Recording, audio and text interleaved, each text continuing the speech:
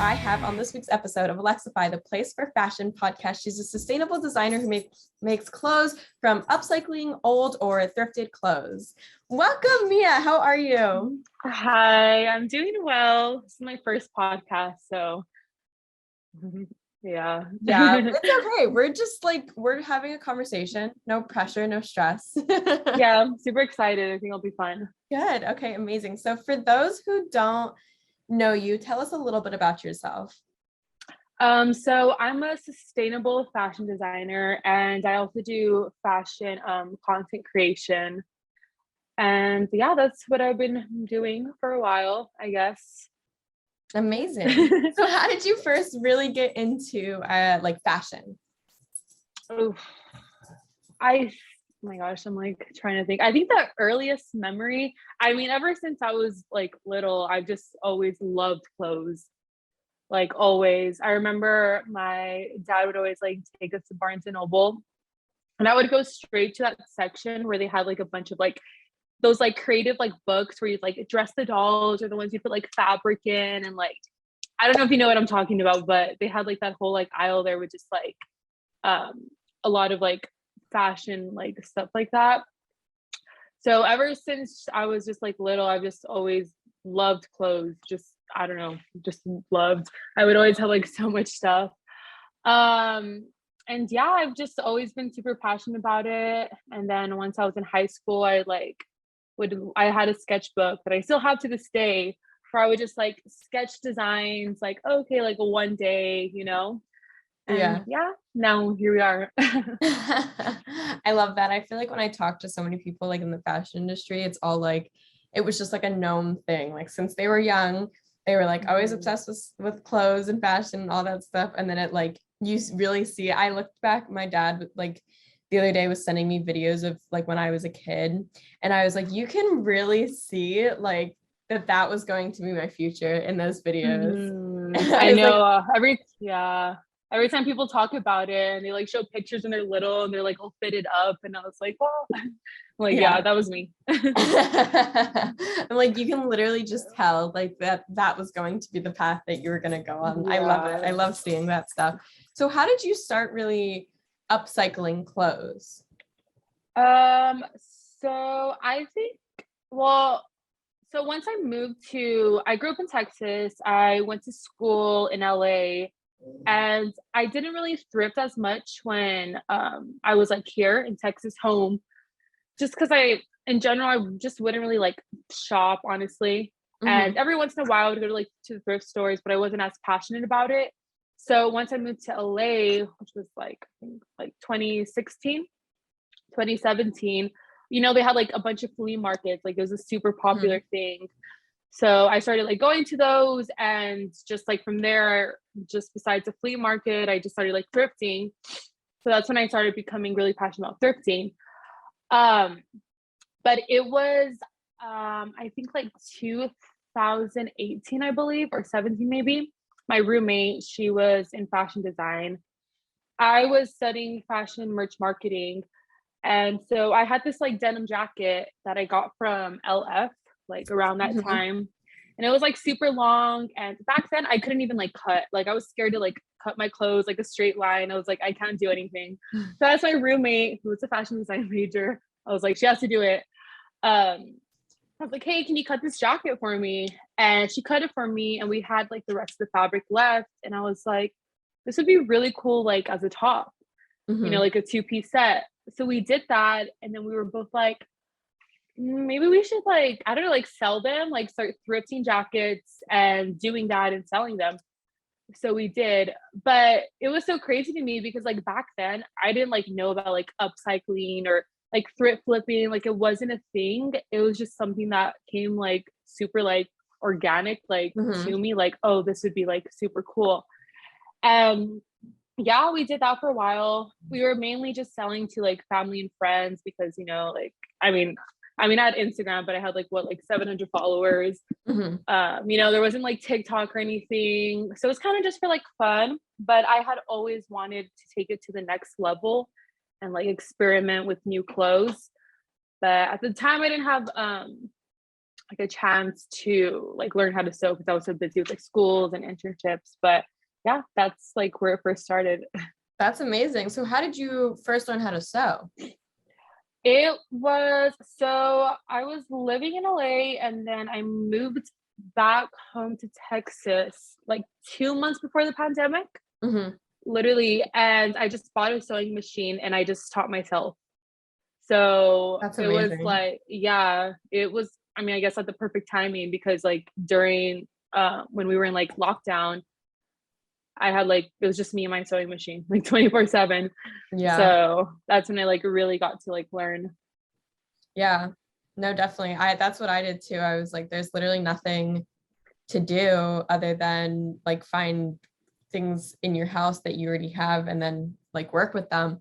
So I just Yeah. started like taking clothes that I was not wearing anymore and turning them into something else. And I definitely would never be able to sell mine because like I don't care about how seams look and stuff like that when I'm just wearing it. Mhm. But I was No, like, but yeah. like my messy seams would not be good enough for someone else. But yeah, that's That was literally me. I remember like the first time I sewed something, I like bought this like suede vintage skirt. mhm. It was like kind of like it was like really thin material. Like it wasn't anything like super nice. And I was like, oh, I can't wait to upcycle this. All I did was I just cut the bottom and then like made it into a tube top. I thought it was the coolest thing ever. But it took me like 2 hours just to do that. Like literally. And I was like, oh my, and at that moment, like, even though basically all I did was just cut a line and sew a straight line. But I remember at that moment, I was like, oh my God, like I can make clothes. Like I was like, whoa. I was It like, is wow. such a flex to like be able to make your own clothes, but that's literally what I did. I took a bodysuit that was already backless and I just like cut down the side to like or cut like the bodysuit part off and then I like just made it like a backless tank top and I was like, oh my god, like I can make clothes, like I'm so talented. I know, literally, that was me. I know. And it's because I always wanted to like have my own like brand selling clothes. So I was like, I can't wait to start like selling clothes. So when I was learning, one thing I messed up on is I wasn't being like patient enough. It's like Mm-hmm. I was like, I just want to make this, like I just like come on, you know. But then eventually like I learned like a month later. But yeah, it's very hard That's at literally first me. at the beginning. Yeah, that's Yeah. literally me. I'm like, I just want it to be over. Like I'm tired. Like I Yeah. just want a new shirt. And so I would like rush the seams and then I'd be like, why don't these look good? And I'm like, Mm. maybe because I'm rushing it. I don't know. Yeah, literally that was me. So how did you first, would you say like you got into sustainability because you were thrifting and then like upcycling those things, or did you like want to be sustainable so you started doing stuff like that? Yeah, it definitely came first. Like once I became super passionate about just like thrifting my closet, it was more so just like the thrill of like searching through stuff and like Mhm. finding like super unique pieces. And like even before I started sewing, it was just so much like funner to me and also like affordable because rarely would I ever like shop and everything I wanted. Like, you know, like back then, I guess you could say I had expensive taste, or to me, it was like expensive, Mhm. which is another reason why I started like sewing too, because I wanted so much like stuff that I could not afford. So I was like, well, I'll just make clothes for myself. Mhm. But yeah, it was, I mean, pretty much through thrifting, I became aware of it like throughout school because I remember in one of my classes they showed us that documentary or video, The True Cost. And I Mhm. was like, whoa. I don't know if you've seen it, or I'm pretty sure you Yeah. have if you're like yeah. I was like, oh, like interesting.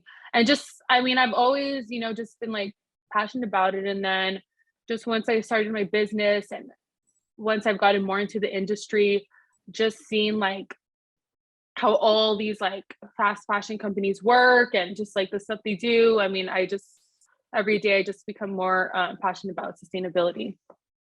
Yeah, no, definitely. I feel like that's like the same kind of with me. Like Well, I feel like so many people just don't know about like the harmful side effects of the fashion industry. Like that was me. Like I just genuinely knew nothing about like, oh, the places that I was buying from were like super harmful to the planet. And not only that, but like they aren't paying their workers enough and stuff like that. And I just genuinely didn't know. So like thrifting became like more of a trend and I started going and then I like really educated myself on it and I was like, oh, so I'm only going to be thrifting from now on or only buying Yeah. sustainable or upcycled from now on. Yeah, So exactly. And there's, yeah, I'm sorry. And I was gonna just say there's like so much to it besides just like I guess like wanting to be like sustainable or shopping sustainable. It's just, I don't know, just like when it comes to like quality and stuff like that of like your clothes and stuff you put in your mhm. closet and just over consuming. So yeah. No, yeah, there's so much that goes into sustainable fashion. That's what, and another thing, like I feel like people that do know about sustainable fashion, which I feel like is like a majority now, or like definitely more than it was before, but they like have a misconception of it where it's like, oh, like it's not cute, like it's just like bland things made out of grass or made out of hemp or made out of dirt. And I'm like, I feel like no, that no, was literally no. me at some point. Like What? literally, I think that was me at some point. Like right when like my first year of college, I was like, oh, like it looks kind of boring. Like I didn't know. No, But literally. yeah. I'm like, I feel like so many people just don't realize that it's like, no, like you can thrift and that's being sustainable. Or like Mhm. buying upside, like your pieces are so cool, like the patterns are so fun and like they're like like you make like 3-piece sets or 2-piece sets or whatever, like those are like trendy but then sustainable. And so many people don't Mhm. realize that like buying maybe your stuff is like being sustainable anyways. Yeah, yeah, I It's totally get what crazy. you mean. But so how long would you say it like took you to get to the point where like you weren't rushing yourself anymore and like maybe you could be at a point where you could sell your designs? I think when I was like rushing myself, I think it was because I wanted to be able to be like, oh, I can make clothes, like, you Mhm. know? So when it came to selling stuff, I didn't want to like rush it too much. But after a couple times, I remember I started selling like corsets. That's when I like started selling my Mhm. clothes. I would get like pillows and then make the patterns into corsets. Like I would Mhm. take them apart. So once, because I remember the first, I've just always been super like in love with corsets, like forever. Just I don't think that's like my favorite like style of like top. Mhm. So once I made my first one, I was like, oh my god, like this is crazy. So that's when I started selling those, and I think it was about a year in. I did like take like a little break from sewing just because I don't know. I almost like gave up, I guess, or I just like Mhm. couldn't. It was like 2 months where I was like, no. But yeah, I think it took me like about a month. And that's when I just had my regular sewing machine. And I was like, I don't want to sell more pieces until I get like an overlock machine. I don't know why. I just felt more comfortable. Thought it Mhm. looked like nicer and stuff. So yeah, about like a year in, I would say it took me to like really get to a point where I was comfortable selling my pieces. And so where do you sell your pieces now? On my website, I do have my website. It is Shop Recovered. I used to sell through Depop. I did get banned on Depop. Oh my god, no. So but that's like something else. I mean I can sum it up for you real quick. I had another account like 2 years before that, and I would just shop from there. Uh-huh. And I bought something from someone, and they sent me the wrong thing, so I sent them that piece, but something happened with it, so I guess they thought I stole it, and they reported me. So I found a way like around it, and I made another one like through another phone number. And then somehow they just like found me and they locked me out of my account. And I had like 4 ongoing orders. And I was like, no, like please, like you're hurting my business. They're like, there's nothing we can do. So it's like, okay. That's insane. I know. So That's yeah, actually that's insane. I didn't know that that was even possible. yeah, I've seen a lot of people. I mean, I've seen a couple people like talk about that on TikTok, like it comes on my For You page. I'm like, whatever. But it's a good thing because it like forced me to like make my website faster. So it's fine. Yeah. That it all happens for a reason. Yeah. So what like inspires your designs? Do you like to keep up with what you like, with what trends are? Like what really like gives you the inspiration behind them? Yeah, I get this every time I get this question asked, they're like, I can never give an exact answer because yeah, so when I started, I tried like sketching stuff out and making it, but it just, I don't know, it didn't come to me. The first time I made like something that was like a super original design, I just like had the piece and I just started like cutting it and sewing it. So I like don't even know how to answer that. But I do try to, I don't want to say like keep up with trends because I think I have like a really good eye for like stuff. So if I create something and I like really, really love it, then I feel like most people are gonna like love it too. Which also like I've created stuff and like I don't love it. So I'm like, oh, I'm not gonna put this out because you know, I don't really like it.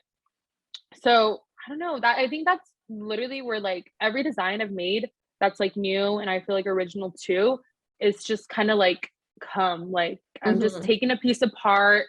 And the thing is, since I'm upcycling, I'm working with limited fabric. So like as I'm cutting, I'm like, okay, what can I do with this? What can I do with this? And that's just kind of how it's just always been, like literally. Like I can't remember the last time I like sat down and drew something out and then like made it. So yeah, it's crazy. Yeah, no, that's so cool though that you just like kind of have an eye for things and then you just like let whatever's gonna happen, you know? Yeah, that just what yeah, I just try to have fun with it basically, just you know. I love it. I love it. So I was looking at your TikTok and I believe recently you had one of your designs stolen by a fast fashion brand. Yeah, well, it's so weird. Okay, so a while ago, maybe even like a year ago or not, or I don't even know. But it was a longer time ago. Someone commented on my TikTok and was like, your design's on AliExpress. And I was like, okay, like sure, I didn't think anything of it. And then I saw another one and then they like commented what to look up. And then I saw it on there and I was like, oh my gosh. I was like, okay, like whatever. It was an outfit that I had made for like a larger influencer and she posted in it. So I was like, okay, like, you know, I mean, people saw it and I was just like, whatever, it's AliExpress, like not that many people shop there, like it's fine. Then a couple like months later, I saw like people were sending me like videos and pictures like in the same set. And they're like, Oh is my this yours? God. I'm like, no. And some of them like would reach out to me because I think people that like followed me would be like, oh, it's the knockoff, blah, blah, blah. So people started like tagging me and like, I guess thinking it was mine. And I'll like remove tag like right away. And then this one girl, I like asked her, like, where'd you get this from? She's like, oh, a store on Melrose. I was like, what? That's crazy. Oh my God. And then there's this other brand that's like a fast fashion brand, which is basically known, like their whole like brand is just selling knockoffs of other small, like independent, like designers. They first I got their ad like on my Instagram. I was like, oh my God. I was like, what? Then they've actually reached out to me via email 3 times asking to collab. And I'm like, what? But I've had time to like, I've replied to them once and I just kind of went off on them just because I was like in a bad mood that day. And I was like, oh, you actually saw like a knockoff of my design. And this like brand, they like claim to be eco-friendly and sustainable. I'm like, where? So like literally where? I think it's because they choose to sell biodegradable fabric. They're allowed to call themselves sustainable. I don't know, whatever that means. But yeah, so that's what's happened so far. And it's just, especially seeing like the quality of the pieces is just, they're just like so bad. But I just try to, think it maybe motivates me to like work harder in some way. But yeah, That's just that's pretty so much terrible. it. Yeah. That's just awful. I was talking to someone recently, and she was like, she worked before she got into sustainable fashion. She um, was working at like two fast fashion brands just because, you know, she needed money and she needed a job. Um, and she was actually like not just like working as like a salesperson, but like working in the back, like as like a design person. And so she remembers like on one of her first days, it was a company that's very much so known for also like stealing small business designs. And they like hand her something and they go, oh, like copy this design. And Oh my God. they were copying from a different fast fashion brand, and the other fast fashion brand was the brand that she worked at. So she was literally asked by her new job to copy one of her designs from the old job. So they were literally like, you need to copy. And then she was like, this is literally my design. And they were like, we don't care, like copy it. And I was like, I was just shocked when she said that. I was like, are you kidding me? Like, I can't believe brands are like that. Like, obviously, like I know that a lot of fast fashion brands are known for knocking off designs of like small businesses, but to that extent where someone's literally like, this is my design, and they're like, we don't care.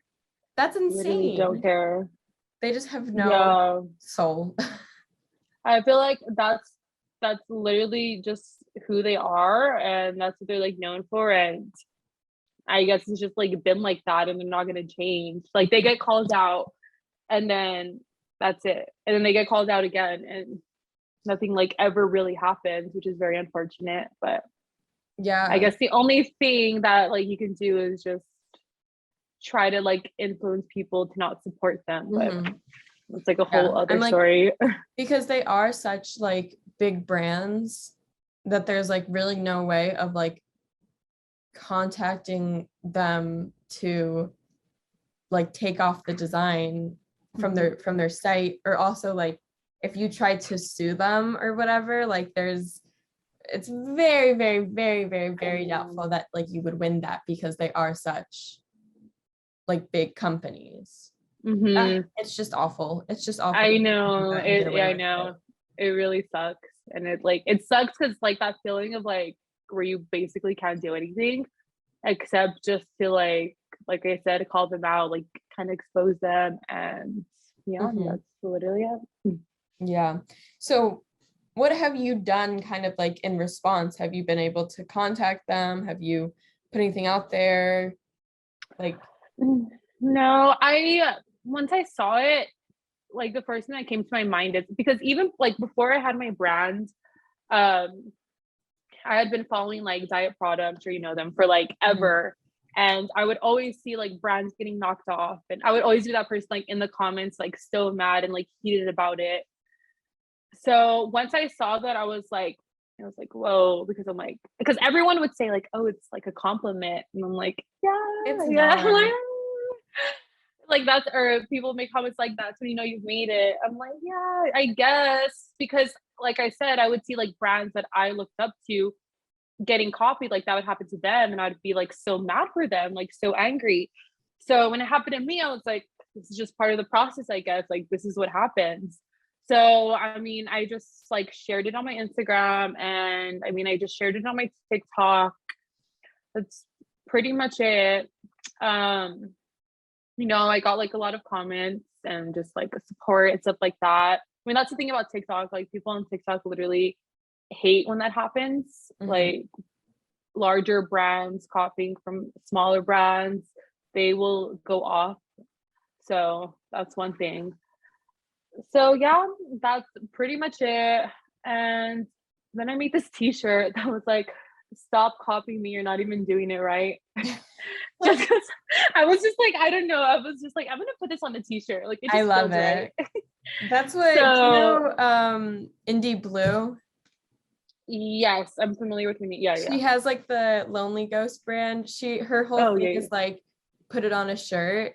And so I guess like she started her brand by like she said something funny, and then one of her friends was like, or she was like, you should put that on a shirt.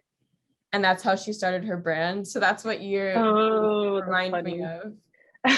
Yeah, because I have that like meme where it like says it like on a picture. And I remember after that happened, I like shared that on my story, like, stop copying me, you're not even doing it right. And then recently, within like the past 2 weeks, I was like, yeah, I'm gonna put this on a t-shirt. Like, I'm just done. I'm like, I don't know, it just feels right to like, no, yeah. To just like get this on a t-shirt. Oh my God, oops, sorry, like totally exit out of this. So anyways, yeah, and I started selling them. So I love just it. because I love wanted it. to. I love it. Getting back at them through, I mean, when you said that, like, people were like, that's how you know you've made it. I think that like when you're like a kid or whatever, like I remember I would come home and be like, oh, like someone, or to my mom, and I'd be like, oh, like someone copied me today, or like they wore the same outfit that I just wore, or they posted this or whatever. And she'd always be like, that's a compliment. Like they just like what you did. So then they decided to do it. I think that that's true, but like stealing someone's design, that's not the same thing. That's like, now your design, you're getting no credit for it. You're getting no money for it. And now some big brand that really doesn't need probably that extra money from that shirt, from a stolen shirt, is now getting the money that you would have got by selling your design, and then not whatsoever crediting you. So I don't think that that's the same thing whatsoever. I mean, like, yes, copying people could be seen as a compliment, but not when you're just blatantly stealing something from someone. Yeah, I think there's like a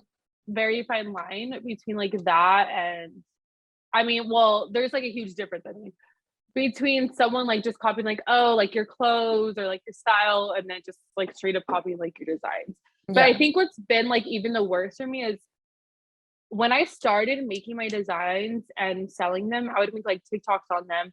And so many other creators, I mean, they would be like super small or like, you know, in the middle. They would like make the same design and they would give me credit. But there was a lot of them where they like would not. And I was like, I think that like made me more mad than like bigger brands copying me, because I'm like, as a creator, like, I don't know, like you should know not to like do that. Like, I don't know, I could like get into that. And I think that's like one thing that just like made me super mad more than anything. Also, like I remember one of them wanted to like start selling them, and I was like, why do you want to be like known for like selling something that's like not, you know, like authentic? And I don't know. So that's like a whole other story. Yeah, I think that like the only way that you could do that is if you like pay the person for the design, like for rights to their design, you know, like it's a whole legal thing. Like you can't just steal someone's work and then get away with it. Like that's not how that works. I know this one girl, because someone tagged me on the video. It was kind of recently, like a month ago. And they were gonna start selling them, and someone tagged me, and I just put like a sad face or something. And the girl commented back, and she was like, "Well, is it patented?" And I was like, "That's not the point." I'm like, "No, it's not." But like, that's not the point, you know? Yeah. But yeah, it's crazy, it's scary out there. I feel like if you're a small business or a content creator, you should be supporting other small businesses and content creators. Yeah, exactly. We're all struggling out here. We all just need support. I know. Yeah, but well, that's terrible, and I am so sorry that happened. But I'm glad that you are seeing support from like your followers, and that you know that you put that shirt out there. That's amazing. Yeah, I think that shirt's so funny. I'm like, I kind of want one. Maybe I'll go buy one. I know. I got so many people commenting like, "Oh, I need this for like all the girls that want to be me." I'm like, yeah, for that too. I'm like, whatever you want it so for. many situations. Exactly. Well, thank you so much for coming on today. Where can people find you on social media? Thank you. My is at Mia Marquez on Instagram and TikTok. Amazing. And everyone go follow Mia. And while you're at it, follow me on my socials. My Instagram, TikTok and YouTube are all at Lexi Silverstein. That's LEXY, silver like the color, STEIN. And remember to make the ordinary extraordinary.